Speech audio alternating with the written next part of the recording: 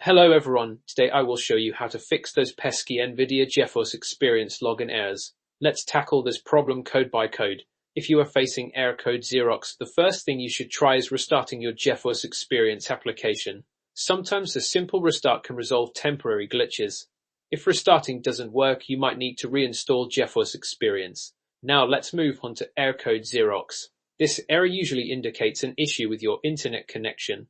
Begin by ensuring that you have a stable internet connection. Try resetting your internet connection by turning your modem and router off and on again. If the problem persists, it's best to contact your internet service provider to rule out any connection problems on their end. Error code Xerox requires a different approach. Start by clearing the cache and cookies in your web browser. Antivirus software can sometimes interfere with GeForce experience, so temporarily disabling it might help. If neither of those solutions work, try creating a new Windows user account to see if the issue is profile specific. Moving on to error code Xerox, this often signals outdated or corrupted graphics drivers. Make sure your graphics drivers are up to date. If updating the drivers doesn't solve the problem, try reinstalling GeForce experience.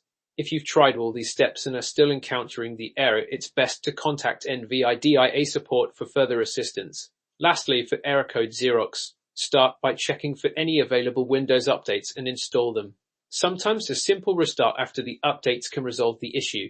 If the problem continues, consider contacting Nvidia support for personalized help. Now let's discuss some general troubleshooting tips that can help with various login errors.